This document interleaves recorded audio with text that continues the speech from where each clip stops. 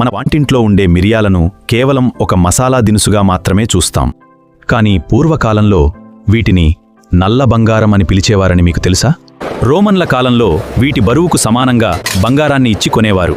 రుచికే కాదు, ఆయుర్వేదంలో మిరియాలకు ఒక ప్రత్యేకమైన స్థానం కూడా ఉంది. రోజు 2 మిరియాలు తింటే మీ శరీరంలో ఎలాంటి అద్భుతాలు జరుగుతాయో ఇప్పుడు చూద్దాం. మరి ఈ రోజుల్లో చాలా మందిని వేధించే సమస్య గ్యాస్, ఎసిడిటీ మరియు మలబద్ధకం.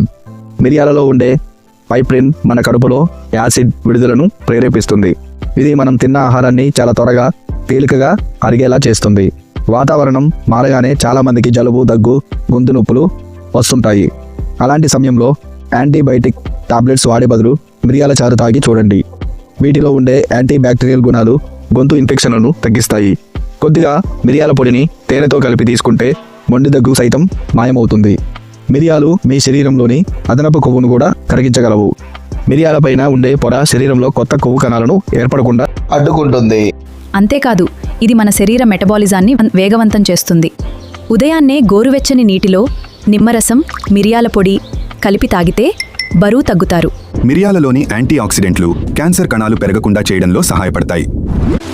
ముఖ్యంగా పసుపుతో కలిపి మిరియాలను తీసుకున్నప్పుడు దీని పవర్ 100 రెట్లు పెరుగుతుంది. ఇది మన మెదడు పనితీరును మెరుగుపరిచి మతిమరుపు రాకుండా కాపాడుతుంది. వయసు పైబడిన వారిలో వచ్చే అల్జీమర్స్ వంటి వ్యాధులకు ఇది మంచి మందు. అయితే ఏదైనా సరే అమృతం లాంటిదైనా మోతాదు మించకూడదు. రోజుకు 3 నుండి 4 మిరియాల కంటే ఎక్కువ వాడితే కడుపులో మంట రా. మార్కెట్ పౌడర్ కంటే ఎప్పటికప్పుడు మిరియాలను దంచి వాడుకుంటే మంచిది. ఈ హెల్త్ టిప్ నచ్చితే వెంటనే లైక్ చేసి మన ఛానల్ని సబ్స్క్రైబ్ చేసుకోండి.